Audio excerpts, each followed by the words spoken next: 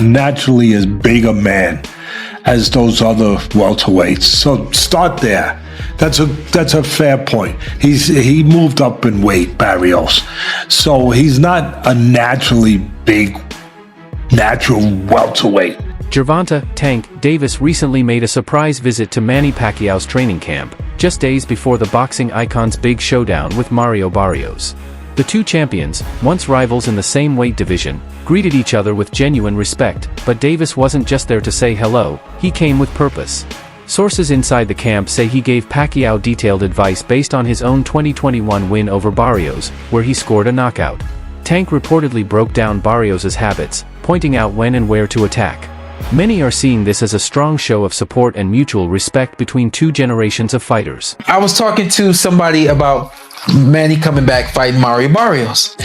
And this was the analogy I gave. Your timing is just, it slows down. That's time. Time slows you down. And so to me, I think Manny has to come out very strong, very fast in the first couple of rounds because his gas tank ain't what it used to be. At 46 years old, you come out and let's just say hypothetically your gas is half full at 46 years old. I'd rather try to use that half tank when I got something in 2 or 3 rounds. And really get off on this kid because he has the kind of style. Styles make fights. He's got the perfect style for Manny to do what he do. But the further that fight goes, the more that's gonna go down. He ain't young no more when it does this. It ain't gonna do this no more. It ain't gonna go down and then come back up. He not gonna create space, take a deep breath, and that thing shoot up the way it used to. He ain't gonna do that, you know what I mean? Now 46, Manny Pacquiao has reunited with longtime trainer Freddie Roach and his original coaching team, the same group that guided him to historic success across 8 weight divisions. This time, however, the training camp has a more measured tone, with Pacquiao fully aware of the physical and mental demands that come after 4 years away from the ring.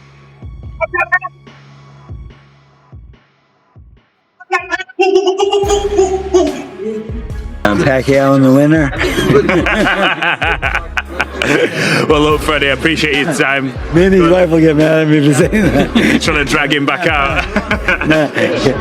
I talked to Manny on the phone, and he wants to fight one more time. He wants to fight one more time? He does. Against, not an exhibition, a professional fight? He wants a real fight. Who right now, though, could he fight? We have. I haven't let him choose anyone yet.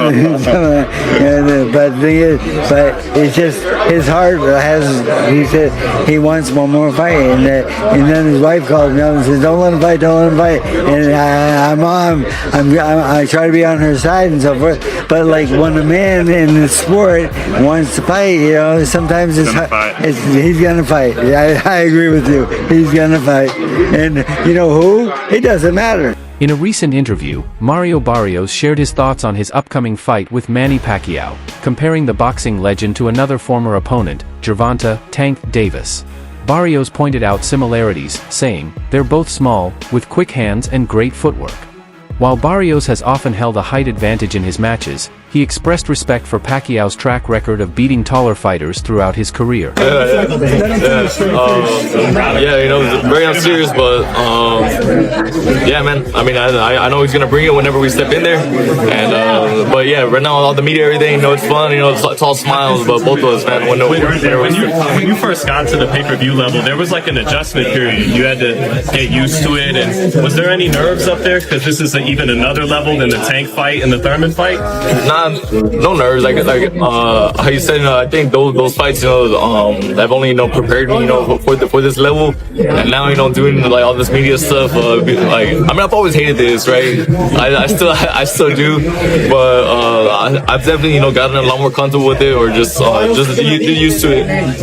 All right, guys. Last question, guys. The Tank fight that you learned with the slick, fast southpaw with lightning fast hands. What do you think you can take from your experience with Tank and apply fight to Manny? I think I take a lot from that fight, actually, man. You know, like the way Tank, you know, the way he closes his distance, you know, the way, you know, like he worked off his speed, you know, When asked about the lighthearted vibe during their face-off, Mario Barrios said that while Manny Pacquiao comes across as easygoing and friendly outside the ring, he knows things will be very different once the fight starts.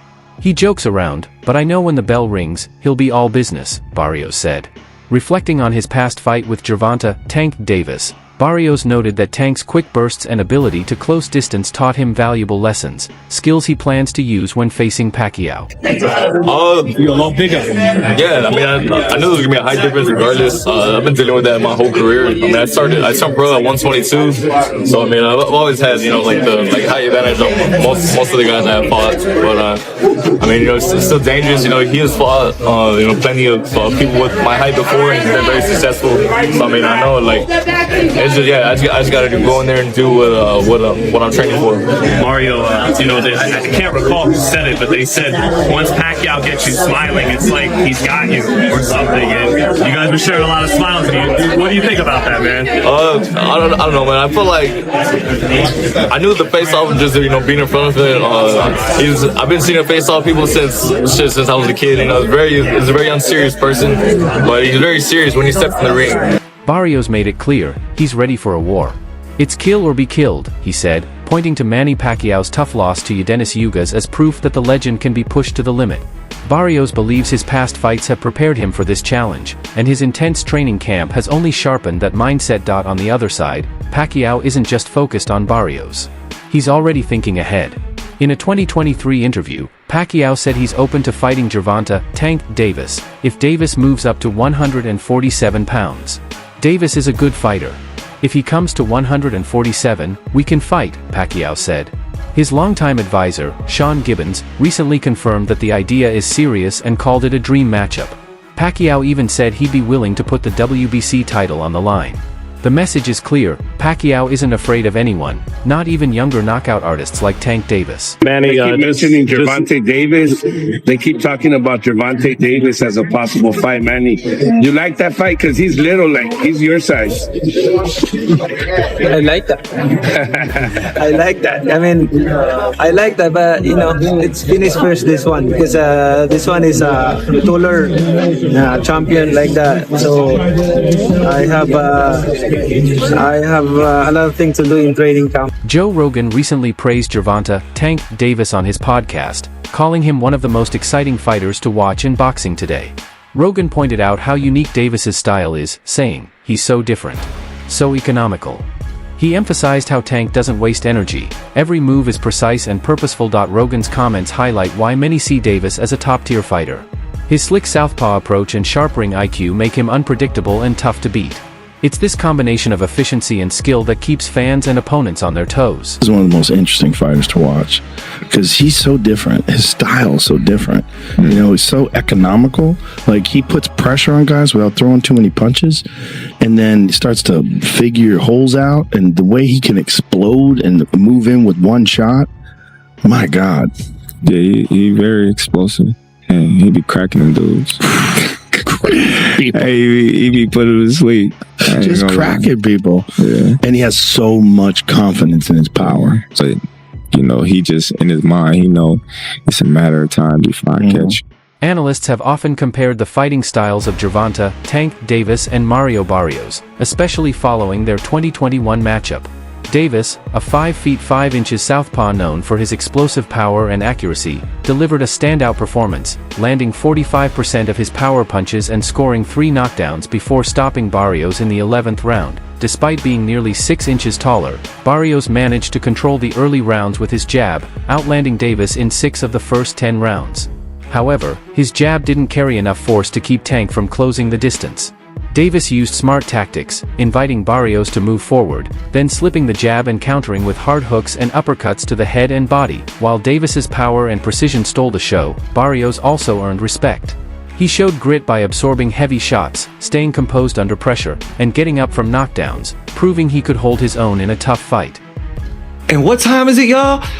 Time to start a debate inside a barbershop. We're gonna pit Mario Barrios against Tank Gervonta Davis. Yes, sir. Starting with the champion, the pride and joy of San Antonio, Texas, Mario Barrios. He stands at 5'10" with a 71-inch reach. He's currently undefeated at 26-0 with 17 knockouts. He is the man that holds the WBA regular junior welterweight championship belt.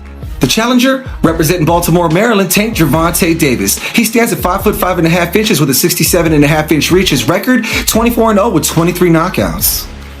Wait a minute, don't be so quick to throw this guy under the bus. Yes, we know Tank Gervonta Davis is a knockout machine, but he's only ever knocked out people he can weight bully. What happens when he has to go up 2 weight classes, gives up 5 inches in height and almost 4 inches in reach to a man who can establish his jab well, knows his distance, and puts in good body work? Oh, did I mention he's also coached by Virgil Hunter? That's Andre Ward's coach, so you know he's going to come in there with a game plan. I'm going to go against the grain, and I'm going to pick him to win by 12-round unanimous decision. What do you think?